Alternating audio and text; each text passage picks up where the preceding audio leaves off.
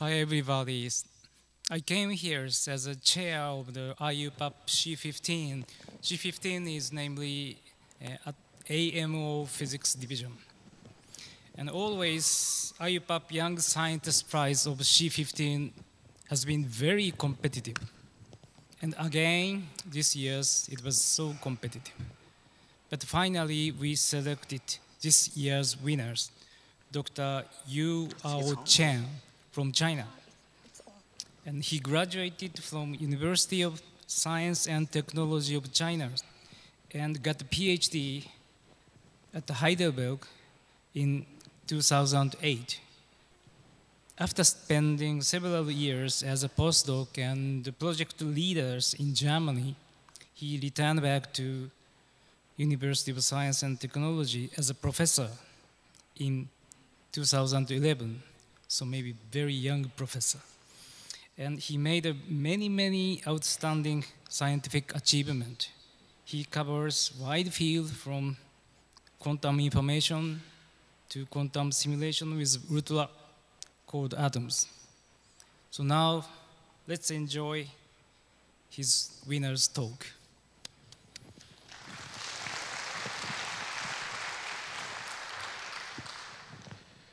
Good morning, everyone. First of all, I would like to thank the award committee to pick me as the prize for the prize, and also I would like to thank the organizers to put me on this wonderful conference.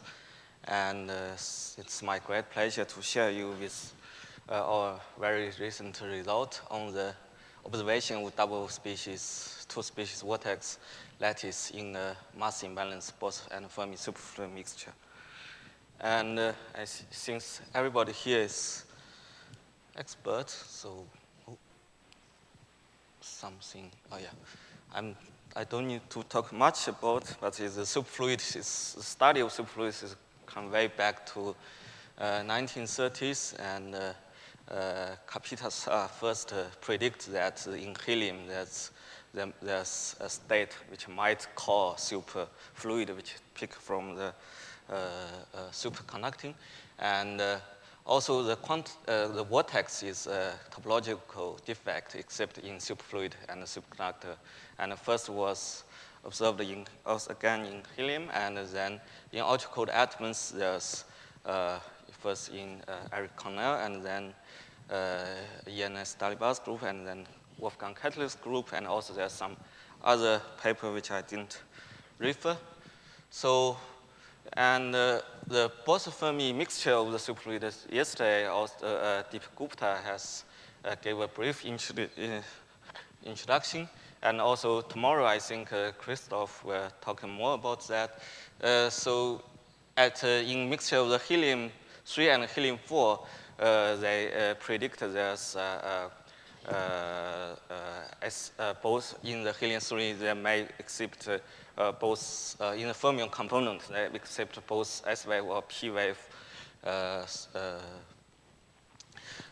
superfluidity, and also there might exist the third sound, but the problem is when even it cools down about 100 microkelvin, that didn't detect the superfluid because of the strong interactions.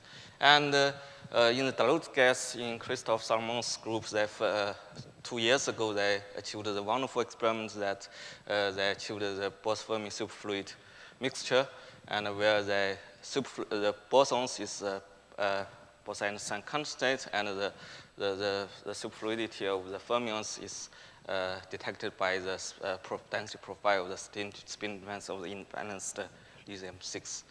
And also they detect some beating behavior and also frequency shift. Also later, they measured the critical velocity, and I think Christoph will talk more tomorrow. And so in our experiment, my talk, I will show you a new uptest of the ultra-cold lithium-6 and 41 mixture, potassium 41 mixture, and we realized the mass imbalance of the Bose-Fermi superfluid mixture, and in this system we observed the coupled vortex lattice, and also we saw some unconventional behavior of this vortex. So our system is lithium-6, and potassium-41 has a ratio about 7. And so at the high field, so this is the lowest two state of the lithium and the lowest state of potassium-41. And this is all the interaction of the lithium in the red line, and the interaction of the lithium and interspecies lithium to potassium and also interaction of potassium itself coincide on this line at about 60 A.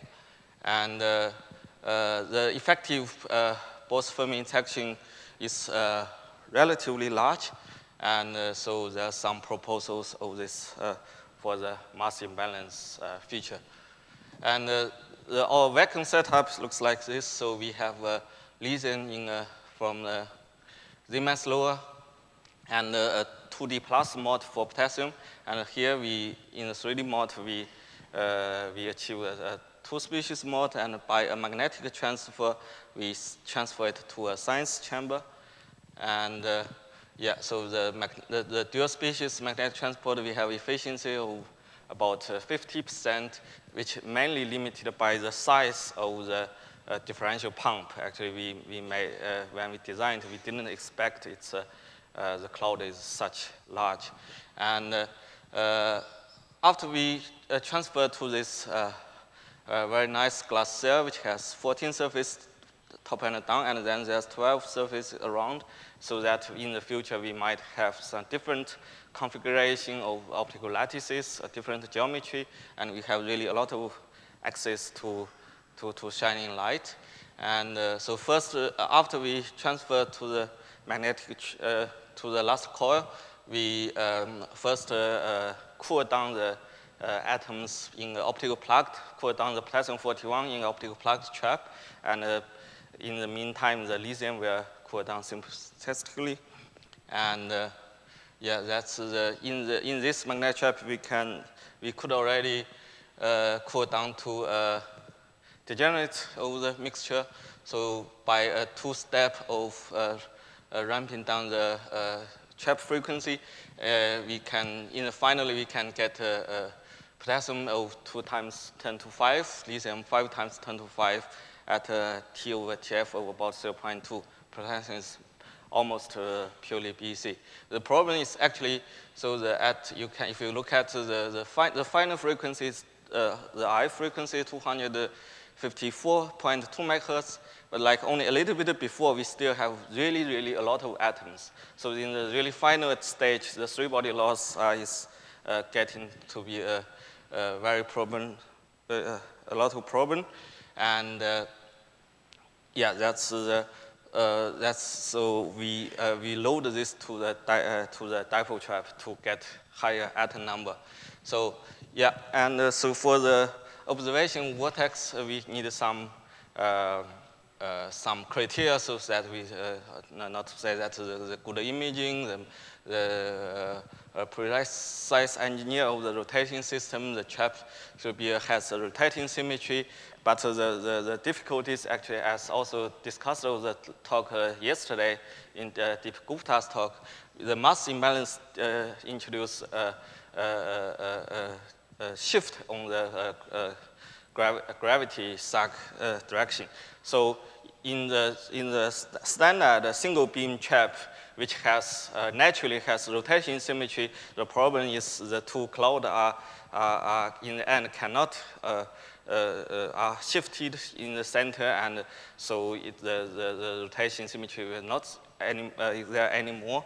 Also, we need a really large atom number.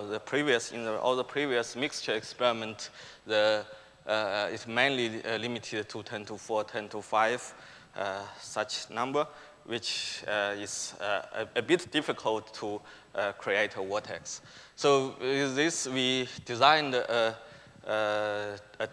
so-called disc-like shaped trap. So it's two elliptical beam with a aspect ratio of 4 to 1, and so that we have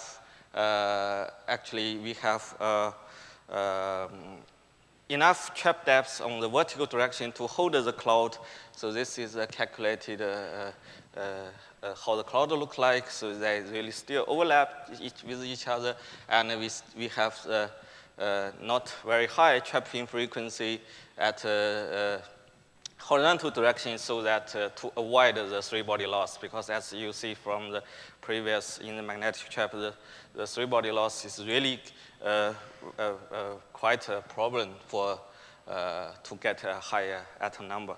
Also, with we tried with the normal cross-dipole trap with round beam. It didn't work in the end because of the three-body loss. So yes, and as I said, after like 257 megahertz, so we had like 10 to 7 atoms from the magnetic trap, plugged the magnetic trap, we load it to the dipole trap, and then we, by our standard Landau-Zener technique, we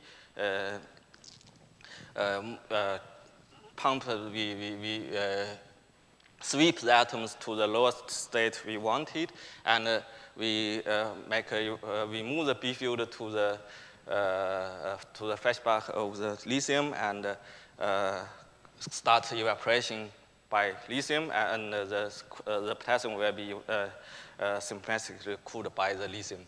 And we make evaporation here, and after it's shortly before reach degenerate, we loaded the atoms to the crossed dipole trap, and then we can image on both directions. In the vertical direction, we shine in two laser beam, which one resonance with lithium, one resonance with potassium, and then we have a beam splitter to split away and filter out so that we can, in the vertical direction, we really can image it simultaneously. And for the vertical, we have a single camera, and we just image one by one and each other. So in the end, we get, if you are interested, we get a potassium BEC, almost purely BEC of 1.5 times 10 to 5. And for the lithium, we get, in total, we get a spin-balanced mixture of 1.5 million atoms, which is large enough. And so, yeah, so this is an image of the in situ image of the cloud from the BEC to BCS crossover of the two species superfluid, and the upper row was detected horizontally, and the lower row is taken simultaneously from vertical direction. And you can see from in all the cases, and the cloud are overlapped quite nicely, and also you can see a square shape is actually come from the previous intensity of the light. If you look at the counter plot, when the atom number is large, it's become not round but square. And so then we put in the rotating beam, and yes, since the small movie doesn't work, so I just show you. So these two bright spots are the rotating beam. The inner side is potassium, outside is the lithium. It's a typical parameter. There's several, the three main parameters of the steering beam: the steering time and equilibrium time, the laser power, the beam separation, and also rotating frequency. And yeah, so first we want to check that whether our system has this rotation symmetry. So we use rotate the beam in the single species, and we see some nice Vortex lattices. This is lithium in BCI side, this is lithium in BC side, and this is in potassium. But you can see that for lithium, you need a larger separation of the rotating beam and also higher power for rotating. And for potassium, because the cloud is smaller, you need a smaller separation.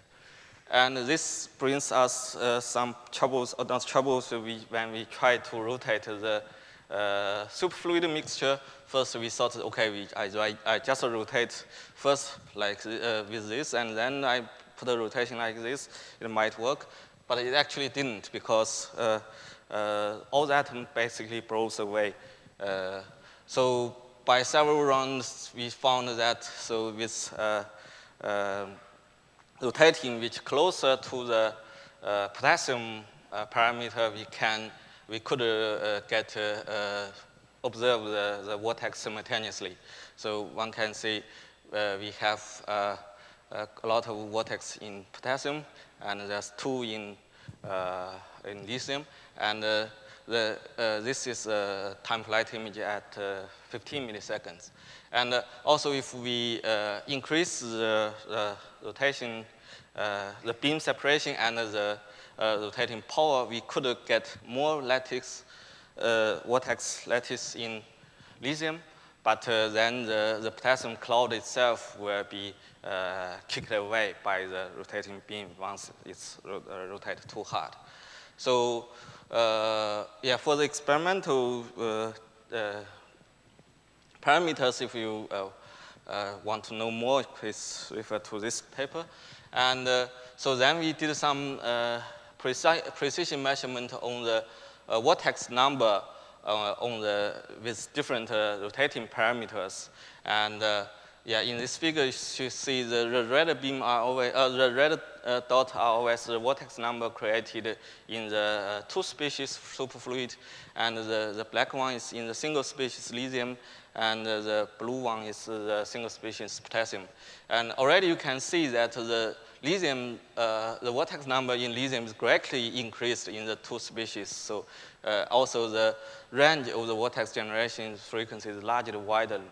For instance, there's some point there's no vortex created in single species with lithium, in no vortex created in single species potassium, also in the in double superfluid potassium, but there's still vortex created in the mixture of lithium. And if we look at a little bit in detail, we put it together, we can see that the optimal placing of the mixture, lithium in the mixture, there's a downshift, frequency downshift, while for the single species, it remains the same. Also, there's a little bit second peak might caused by these local perturbations. And for potassium, just for fun, we put it together, we didn't see much effect. And also, we did a measurement on the lifetime of the vortex. We also saw some unconventional behavior. So the lifetime ratios actually just so to say, so the lifetime of the lithium in the double superfluid is twice longer as the single species lithium. Sorry, single species lithium. You can see this is the lithium in double species superfluid, and this is a single one.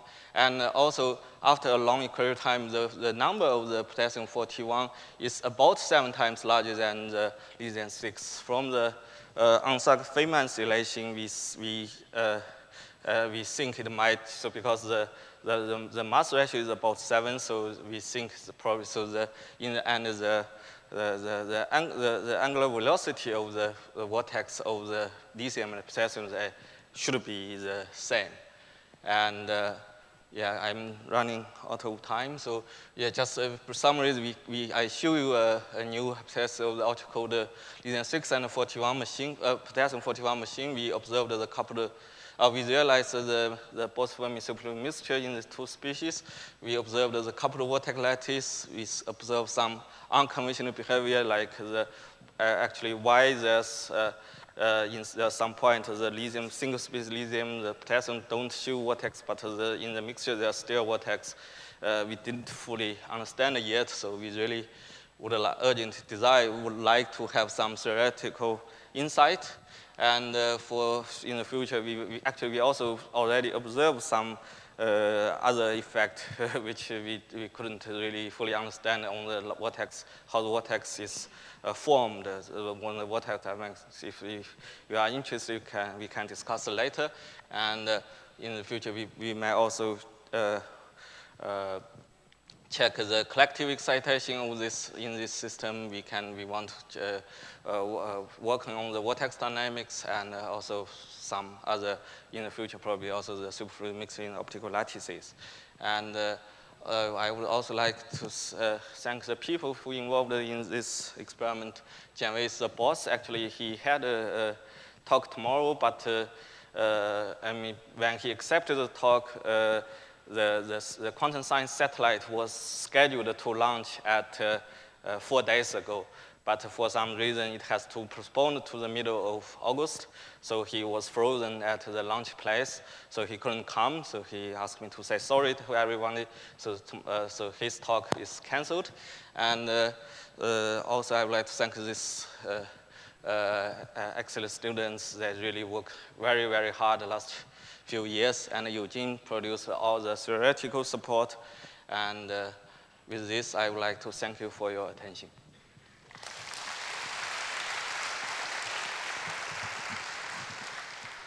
Okay, thank you very much.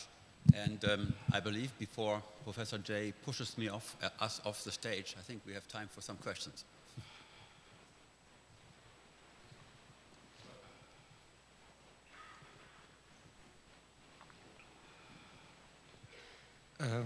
Yeah, very nice work.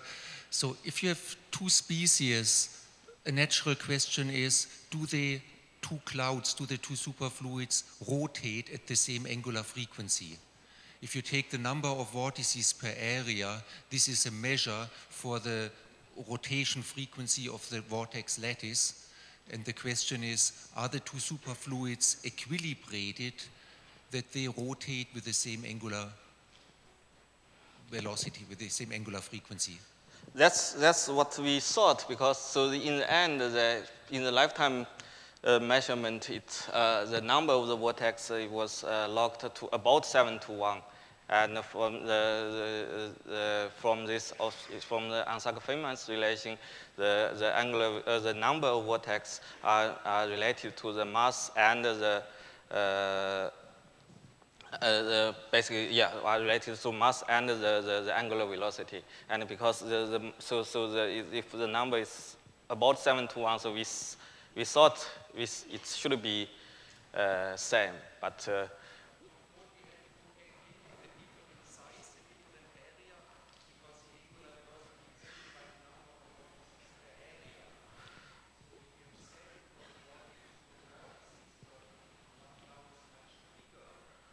well, but if you see at here, it depends on how you count the area, because here it seems that the vortex like only appear at the middle, where the potassium.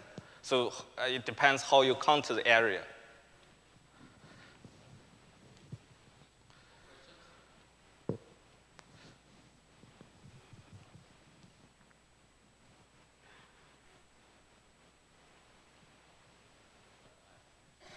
Yeah, there's one more question over here on the right side, please.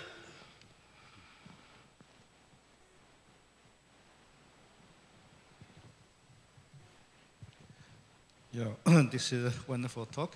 So may I ask you, when you do experiment for measure the BCS BEC crossover, so use of Vortex, so what's the apparently difference between both sides, BCS and the BEC side? Well, I cannot see bigger difference for your experiment. What's the reason?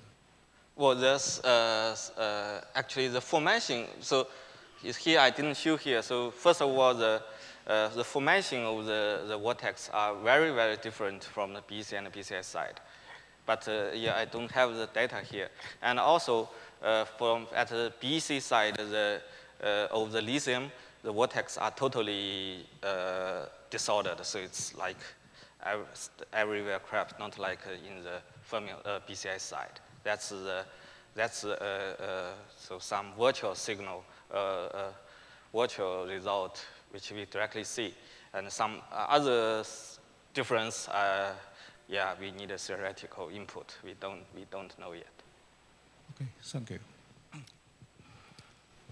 Okay, thank you very much. I think we should stop here. Let us thank the speaker again.